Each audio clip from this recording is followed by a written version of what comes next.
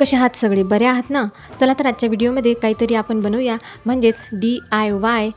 तर झालं असं की माझ्या भाचीच्या बड्डेला केक आणला होता आणि केक खाऊन झाल्यानंतर केकचा पृष्ठाचा डब्बा फेकून दिला होता आणि माझी नजर त्या डब्यावरच होती. मी तो डब्बा उचलून घेतला आणि म्हटलं यापासून काहीतरी DIY नवीन काहीतरी वस्तू बनवून बघूया. सर्वात आधी पृष्ठाला कैचीने कचाकच कापून घेतलं आणि त्याच्या 4 पट्ट्या केल्या आणि एक सेंचुरी पेपर घेऊन त्याच्या छान मी नळ्या तयार करून घेतल्या एका रिफिलने.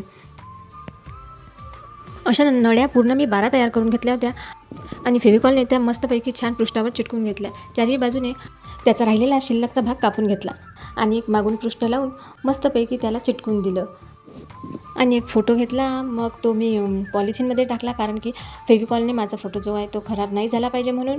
मग मी सेंचुरी पेपरचे 2 फ्लावर बनवले आणि एक बटरफ्लाय बनवली आणि त्या फोटो फ्रेमला चिटकवून दिलं आणि काही मिनिटातच आपली DIY फोटो फ्रेम तयार झाली. बघून घ्या किती छान बनवली मी. आवडली असेल तर नक्कीच कमेंट करा आणि मी बनवलेला व्हिडिओ कसा वाटला, आणि भेटूया आपण नेक्स्ट व्हिडिओमध्ये. तब तक के लिए बाय बाय.